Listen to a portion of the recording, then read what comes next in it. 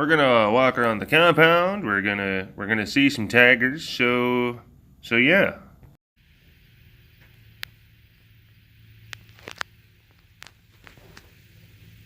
It's the sunset time.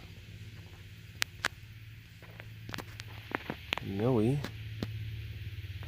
is a sunset lion. Enjoying the evening rays. Hello, you big cat lovers out there. It's me, Derek, again.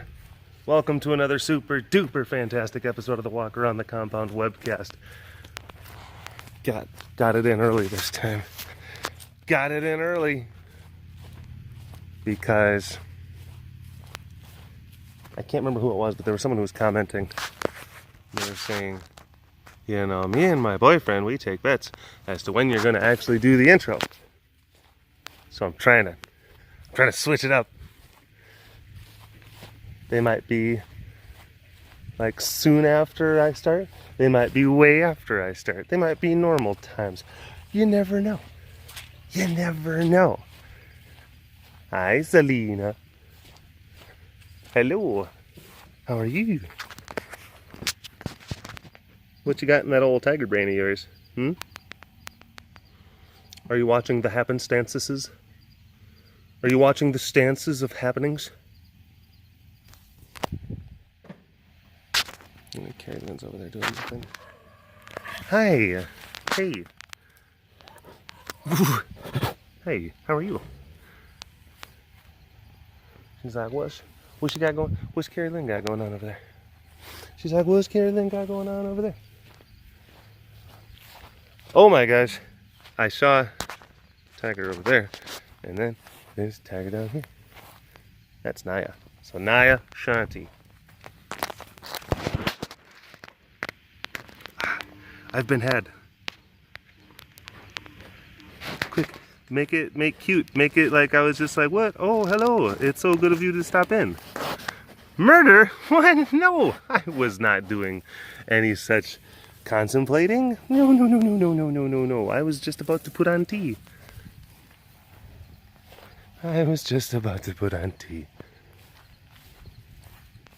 No murder. Well, the ground is saturated. Sass. Cassie. Hey, where you going? Cassie. She's like, I'm going this way. I'm doing stuff over here. I'm going to go squeak in this place. I wanted to lay down right here because I decided that was the thing that I wanted to do.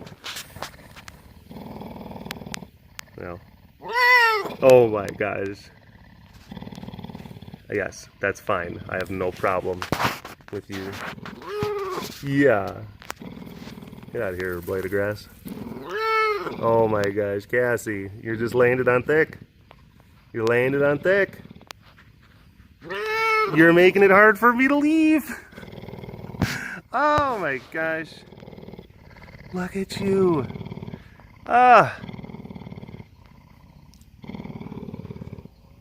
You know what you're doing. You do. I'm gonna tell you something. It's not right. Using your Dorbs charms.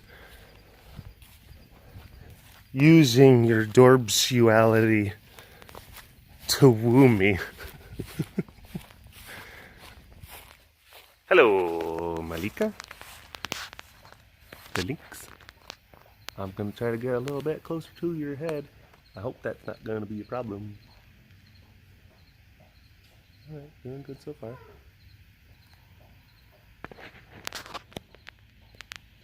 Hi. Hello. Oh my gosh. Up close and personal with Malika. Very cool.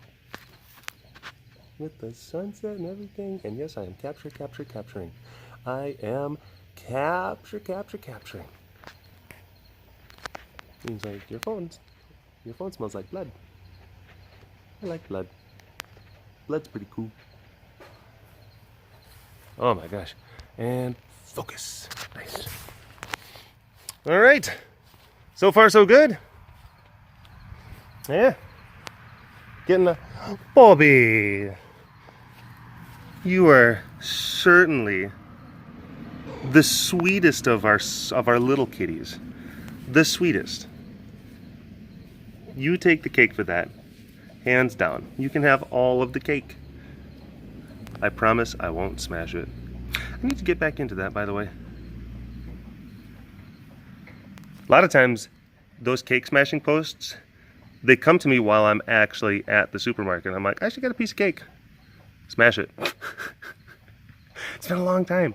It's not like I'm sitting out here in the compound and I'm just like, you know what, I should smash some cake. Because then that would require me to like actually get up and then go and then leave and then actually procure the cake. No, no, no, no, no, no. The decision to do a cake smashing post happens while I'm already in an establishment that sells cake. Yeah, that's how that works. Hey, Shanti. Shanti, Shanti, Shanti. Hey, Shanti. I know. I know. My autofocus is sometimes a little bit... It doesn't like to auto. It doesn't like to auto. You know what I'm saying? Auto. Whoa! I don't think I'm gonna do a good auto impression. The auto bus driver. And I don't want to do it because it means like gravelly voice, and especially around Ren, because then she might just be like, what is going on? I thought you were cool, and now you're doing gravelly voice. That's not cool. Just gonna throw that out there. Yano. Yano. Hi, bud.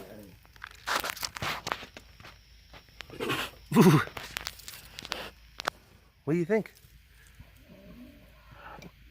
Oh, that was a bit of a burp. Ooh, hi. I see that you have a nice big cow head over there. That's pretty cool. That's pretty cool. Glad you got that. That's a good thing. You deserve it. You earned it. Oh my gosh, what happened here? What happened here? You got cats on their side. You got cats upside down. You got cats just wandering around by some balls. Someone just kind of, they were up on the, last time I checked, they were up on the shelf. Okay, cats were all up on the shelf. Someone must have bumped into the shelf, knocked them all over. Now they're in a tizzy. A tizzy. Can someone look up the etymology of that tizzy? Where did that come from? How did that word evolve? Let us know in the comments, please. I mean, I could just Google it, but that means I'd have to stop. I'd have to stop the recording. I don't want to stop the recording. Once the gas train leaves the station, there's no stopping till we reach our destination. Woo! Oh, fall stuff.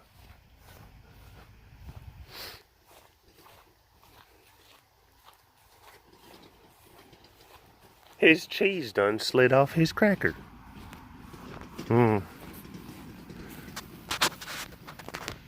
Mia. There you go. There she is.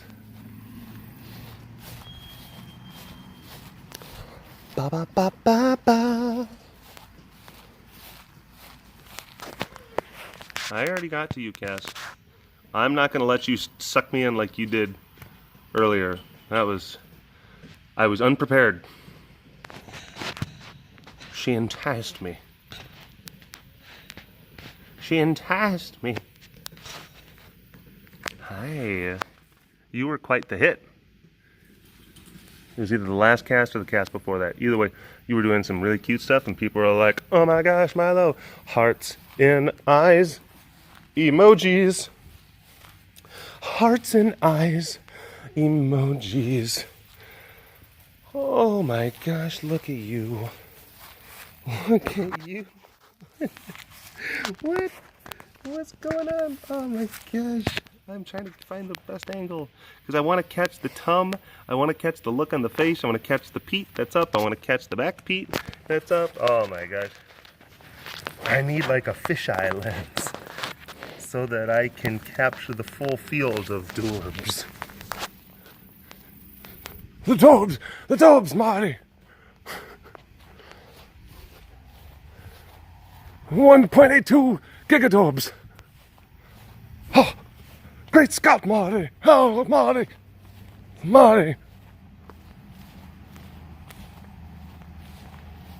You know, sometimes I will say like the timeline of that movie.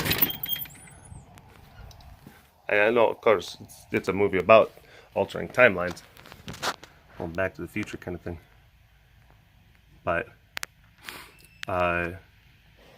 okay, so the quote present day of the, and I'm talking about the first Back to the Future, and the other Back to the Futures are fine Back to the Futures. They're fine. But the first one is clearly the best one. That's just how it is. Clearly, no Riku. Oh, Bin.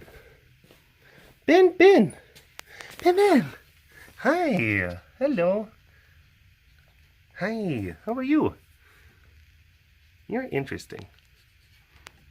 Okay, so the quote present day is 1985. The original Back to the Future. And then they go back in time 30 years to 1955. And Doc Brown, just gotta sit there and think, you gotta do the math. I mean, I guess, I don't know, it's just, because he's supposed, what is he, like in 1985, is he supposed to be in his 60s? Is he supposed to be in his 50s? In the 80s, quote, present day. Because you go back 30 years, it wouldn't, I mean, of course, if he is like a progeny of sorts, you know, a genius, then you could like argue that, you know, back in the 1950s version that he was in his 20s. Okay, but it seems to me like maybe he was more or less like, you know, you could reasonably say in his 30s, maybe 40s. But then if he was in his 40s in the 50s, okay, if he was in his 40s in the 1950s, okay, 40, 50, 60, 70, he's in his 70s in the 80s? No way. Doesn't look like he was in his 70s. He's not bouncing around like a 70-something-year-old man. It's just, I don't know, confusing. I can look, you know, at the parents, Mr. and Mrs. McFly, you know, hey you, get your damn hands off her and give me some chicken.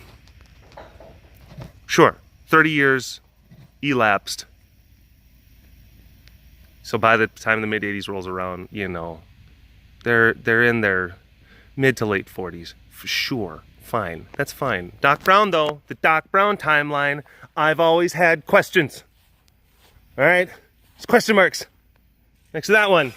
How old is he? How old was he back then? How old is he now? AKA 1985. AKA the year of Derek. Yeah, that's when I was born. Azzy choo choo. Azzy choo choo. And then, of course, cue like some comments down there like 1985. Some biddies are gonna comment, "Oh, you're just a baby.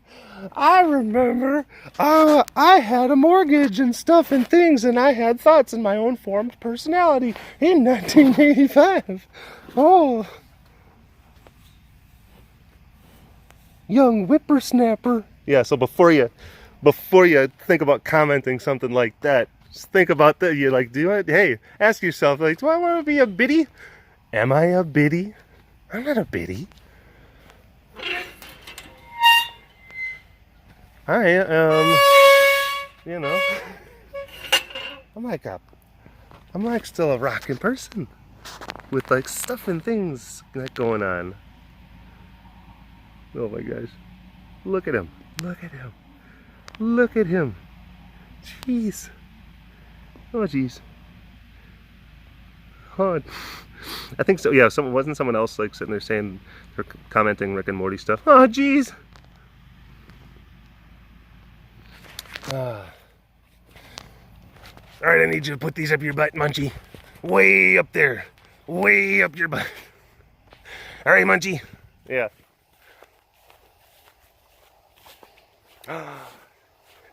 Kiara. Kiara. Hi. Hello. Hello. Hello. Yeah, you're doing pretty good. I see your stuff is starting to grow in. Starting to get some hair in there. Fur. Actually, the lions don't have hair in them. Fur. I'm like, we get it. Alright. You know things. You have Google. Okay. Oh, as Eddie Izzard would say, oh, Mr. Digital over here. Oh, Mr. Digital. You have a scythe? Oh. Oh, if you don't know what I'm talking about, you got to look up Eddie Izzard. Fantastic. Fantastic comedian. Ended up buying one of his CDs on a lark. Just on a lark. I was at a Hastings. I think it was like back in like 2006 or something like that. And I was like, I want to get some comedy CDs so that I can listen to the comedy in my car. I would like to purchase a compact disc that has encoded audio bits of people's stand-up comedy routines, so that I can take the compact disc, put it into my compact disc player in my automobile, listen to the hilarities ensue. So that's what I did, and I was over at a Hastings. It was like a bookstore. They had all sorts. It was basically, I don't know, like poor man's Barnes and Noble, something like that. And yeah, I went to the comedy CD section, found Eddie Izzard. I'm like, I have no idea who this is. Looks interesting, let me get it. Boy, started a journey. That British man, hilarious, fantastic. And I love his style. Oh, I love your style too. I love your style too. But yeah, he's very stream of consciousness. He claims he doesn't ever write things down, or if he does write things down, it's just very, very loosely bulleted type kind of stuff. But I believe that he just kind of goes and he will organically formulate an entire stand-up routine. And it's a weird kind of prototype, kind of where, yes, he's doing it on the fly, but then he's incorporating familiar elements from one show into the next show. So like, it's almost like, hi, oh, do you have food in there? You probably have food in there, don't you? That's Nadal. That is Nadal. Nadal has food, more than likely, inside his box. Ooh. Hi, mister. Oh my gosh. And then there's Diwali.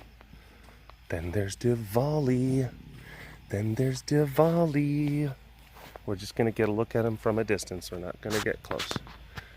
Because he's got him's food, him's got his proteins, and him's saying kindly, F off. But yeah, no, Eddie he'll do comedy where he'll have a whoa, where lions will just come out of nowhere, and then they'll start rubbing up on the fence and just saying, I love you, I love you, I love you, I love you, I love you. I love you, I love you, I love you, I love you, I love you. Hi baby, hi baby.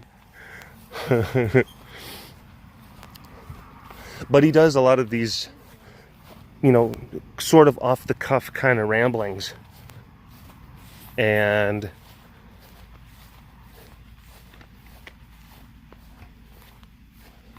they would seem to be like, you know, somewhat disorganized and unstructured and everything. But there is a bit of a semblance of order to it, because like, let's say that he'll talk about like, you know, 5 different kind of like main thematic topics throughout the course of an evening, whatever hour and a half, 2-hour show, whatever it is. And he'll kind of go through those, and then the next night he'll do the same kind of roughly 5 things, but he'll kind of like slightly kind of adjust things. He'll kind of take a concept a little bit further in one end. Hi baby, hi sugar pie, hello. And then maybe he'll kind of do away with something that maybe just didn't work the night before. But again, it's like a lot of people, they'll record themselves or they'll write notes, and everyone has their own kind of process. And I think it's fascinating sometimes, like different comedians and like what their process is. But it's almost like he'll kind of have this thing where he just kind of just slowly lets his show it's like a continuous evolution of a show.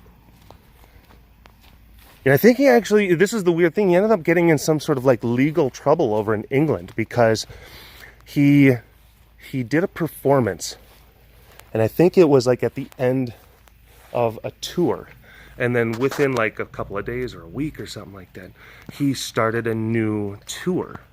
So he was going on a new tour, and then what ended up happening was like literally, because he went from doing the performance like, you know, couple days prior to then doing the thing, it was virtually the same performance. It was, again, very thematically the same. The bits were all kind of like in the same place, but again, like I said, minor changes over time, and then within how many months you have an entirely new routine.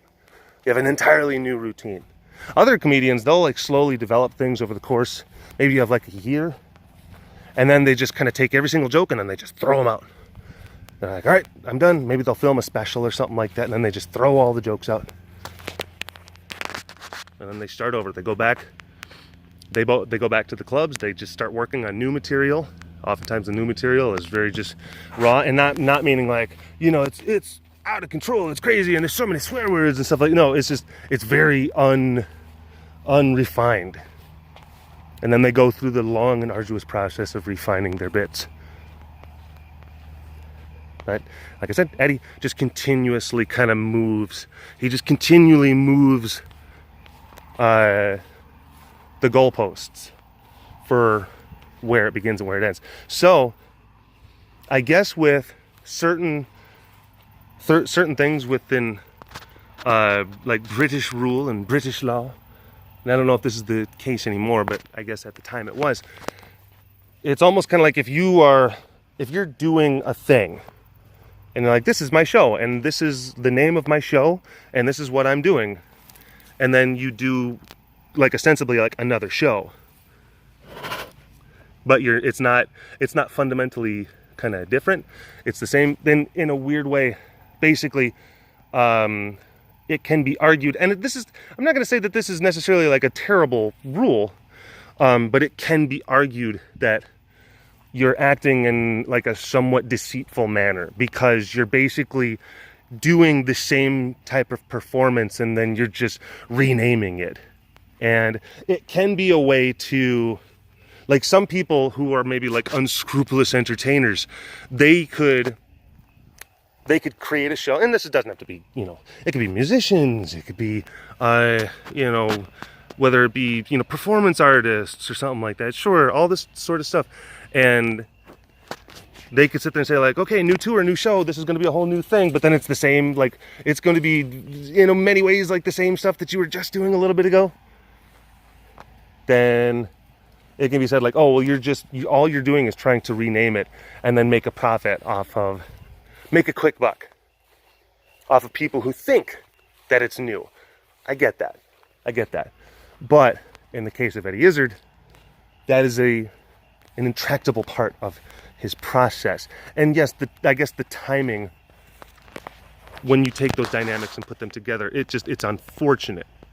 So it is, there are laws meant to protect consumers of entertainment, not without terrible reason, but it's like you do need to have You know, you have to kind of like put context into certain things.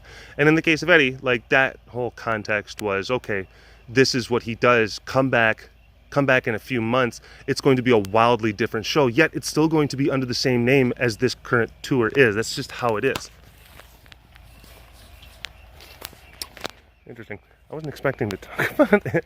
I wasn't expecting to talk about, you know, some of the I guess some of the legal battles that Eddie Izzard has gone through in this cast. You know what? You never know what you're going to get in the cast. Hi, Sugar Pie. I'm going to go on and leave you alone to your proteins. Rasa, there's the other one that's inside the pool. It landed in the pool. I threw it over the top of the fence. It's in the pool. They got a bunch of chickens, so she's like, it's okay. I got chicken. I have a belly full of chicken. But there is a cow leg. It's in the pool, if you want it. She'll sniff it out, I'm sure. She'll sniff it out. Oh, speaking of British entertainment, now I know that I'm probably very late to the party because there's probably going to be a lot of people who are like, you're just getting into that now. Yeah, I'm just getting into it now, okay? Now, I don't have time to sit there and watch every single show that's ever been made or play every single video game that's ever been played. Like, oh my gosh, Derek, you talked about this one anime this one time. Let me give you this list of 50 animes that you have to watch like right now. Like, that's not how my life works. I don't have those abilities. You have to understand. But I have recently been just binging the ever-loving crap out of Peaky Blinders. Oh my gosh. That show is amazing. It's amazing. And by the time this cast gets posted, I'm already going to be done with the 4th season, which is the most recent season. The most recent season by order of the Peaky Blinders. Yeah. Oh, it's so good. I'm a big fan of that era. I've recently become a big fan of, I guess, that era that and I've talked about this. You know, like that World War I kind of post-war kind of world where things were still just kind of weird and shaky and going into kind of the Prohibition era and stuff like that. But of course, you know, it's a show that takes place over in England. In Birmingham. Princess P. Hi, Sugar Pie. Yeah, you were up and walking around just a little bit ago. I know I saw Mark and Carrie Lynn and they were feeding chickies and whatnot. Oh, what do they do? Where's Carrie Lynn going? She's watching Carrie Lynn go around the corner. She's like, where's Carrie? She's a big fan of Carrie Lynn. Princess is a big fan of Carrie Lynn.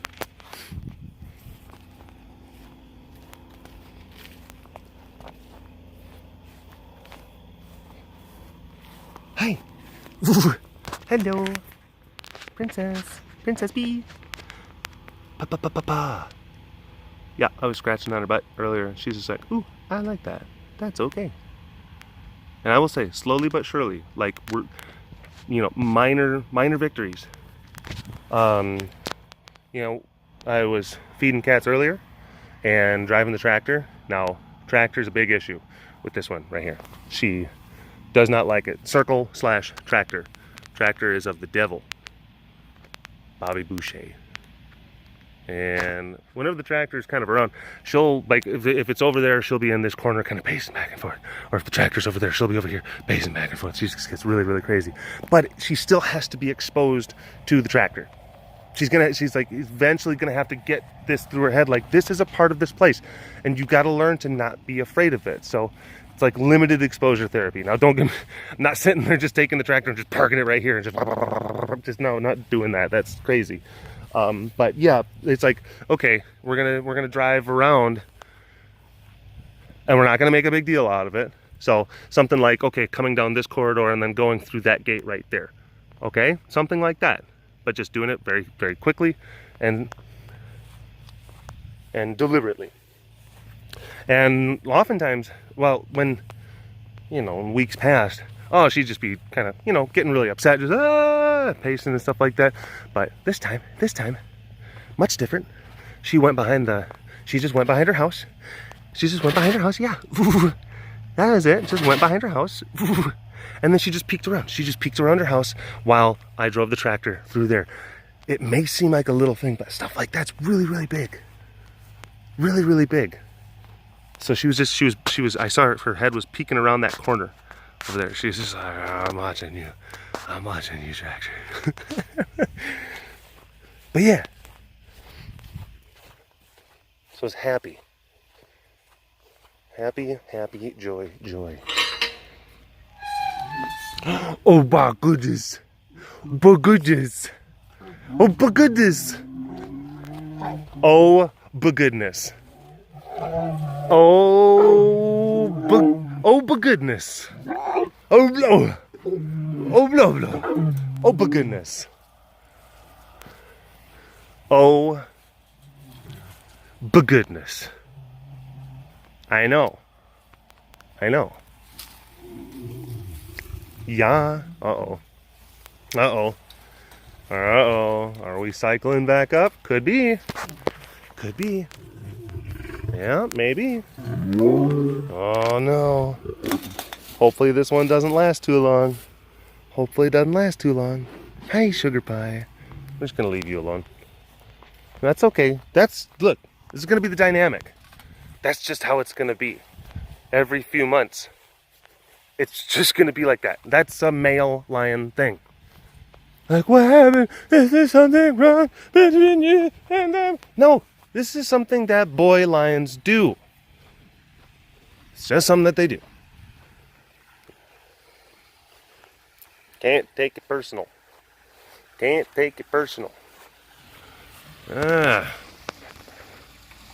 Well, that's... It aids in digestion. By the order of the Tiki Blinders. Oh, geez, that's gonna be a thing now. Of course. Oi! Alright. Thanks for watching this episode of the Walk Around the Compound webcast. Hashtag Dorbus in the comments section below. Go ahead and hit that subscribe button. Smash that bell notification to get notified of any time I post a new video. We'll see you later, probably Thursday. All right. Bye-bye.